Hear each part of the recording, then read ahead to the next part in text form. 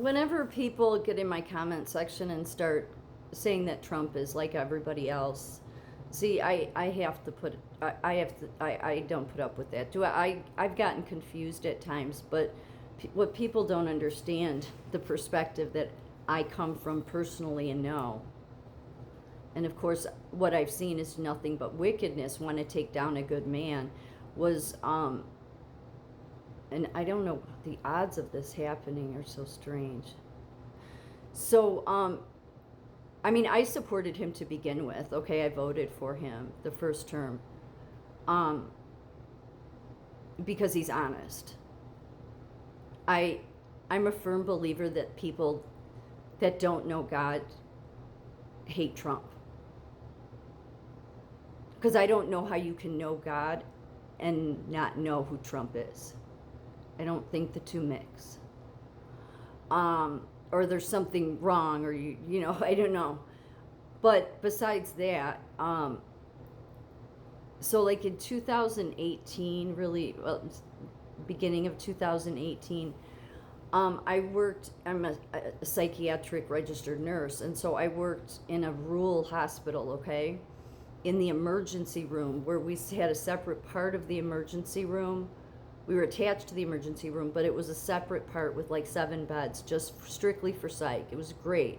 We set it all up. There was like 3 nurses that started it all out. Then Northwestern came in and merged, and you know, I knew that was going to go to shit then. All the hospital mergers ruined everything, but I loved that little hospital I did, and I loved that job. It was Northwestern that was the tyrant, and always, I knew they would be. Again, that's a whole different story. But in like 2000, end of 2017, really 2018, there was this pattern, because it was one psych nurse. They would have like 12-hour shifts in the ER, and so we would do all the function. If there was anybody that came into the ER that was a mental health crisis, we would get, the psych nurse would get. So you see this pattern, you know, obviously, especially in a rural area, but this was a new pattern of women fresh out of trafficking. And they were always with the director and usually one of her staff. So this is a rural area I live in, okay? So when I start seeing this pattern, like one a month, because what would happen is this is the way I found out about this transition housing for trafficking victims, was because what it is many times they can't just go straight home, or they may not have a home to go to, but the ones I encountered had families. Sometimes they came from all across the United States, like, you know, from Pennsylvania or whatever, okay? And they would come, you know, to this transition home that happened to be in my county. And they stay anywhere from 6 months to a year. I don't know if they still have it going on. I think they have expanded it into something else now, because it was only meant to be like a 12 or a 24-month program. And I'm not sure how much they need them now, because as the border is secured, as Trump is doing, they're not needing as many beds for trafficking victims. These were strictly for women, and I never took care of kids, no kids. I didn't take care of any kids that were trafficked. But I started asking questions, because I would always see this lovely lady that was the director. I mean, the women that worked at this home they're better than people that work in psych. I mean, their empathy is like, seriously. They were a faith-based organization, and her and I never talked about Trump. I just kept seeing her once a month, and I'm like, I always see you with these girls, and this was new, you know, because when you live in a small town, you kind of would catch on to that. So this was something new I was seeing. And so I had so many conversations with her. And of course, I even wanted her to come in and do, you know, like, educate us. And it would have been free, but Northwestern was against that. They were too busy with their DEI bullshit. Anyway, because I asked, and I knew it would have been free, but no, they needed to focus on, you know, all of their division that they had to create with the staff and George Floyd and all their bullshit. all the Democrat bullshit. Anyway, so that's when I found out what this house was for. It was then later that I found out that it was all part of this. It was very, very kind of quiet too in the beginning.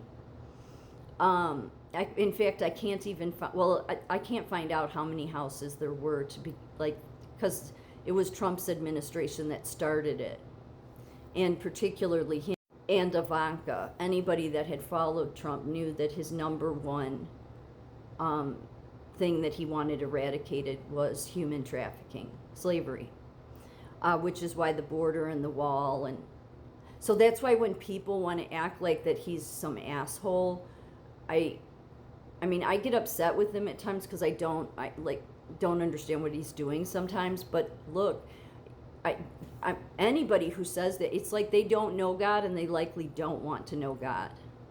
And sometimes I try to think, well, maybe they just don't know what I know. But we're 8 years in now. If you haven't looked in to figure out that Trump is not the bad guy here, he's the one. I mean, everybody that says he's as bad as the rest, he's the one that got Epstein off the street. So if you want to be a total hypocrite, then go ahead and be a hypocrite. He's the one that finally got him off the street. He was the one that was, this is why the border was something he wanted done with the wall, and him and Ivanka were heavily involved in this.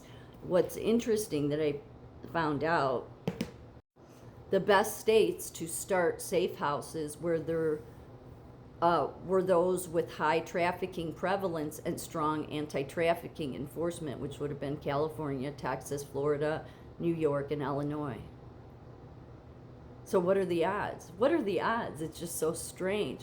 Because I doubt any nurses from it, because I can't find an exact number. Like if you look, they know what the exact number is today. There's like 625 beds across the USA for trafficking victims, and it's just short-term housing. But this housing was different. Like they really worked with these girls. So the only reason I would see them is they would have some sort of crisis, like a flashback, wanting to kill themselves, and so they would bring them to the ER. And it's so interesting, like so that was where the ER I was in. It's very small ER, very. It's like it's just like what are the chances? So that's how I know, because then it was like after the bullshit of Northwestern and me leaving there, which was the fall of 2020. But I knew before then. I knew that summer of 2020. I came across something and looked into his executive order, and it had money and funding for these houses that they never had before. So this is how much he was doing, not only to end trafficking, to provide care for trafficking victims, so that they could transition back into their family lives after being sold over and over again, or to help them find more stable housing. This was all stuff he implemented. So when I see dirtbags get in my comment section, it's like you're just demons. I know some of you don't know these stories because you just want to go along with the crowd, but you don't know what I know. Okay, so if your whole attitude is you just want to hate Trump, well, you're on the wide road there, right? Although I don't know how wide it is, because they did say a lot of these people on social media, they're accounts that they're not even American. They're just an account that makes it look like they're American, but they're out of India and some foreign other countries. So I think that Trump knows he has bigger support than everybody wants to make out to believe.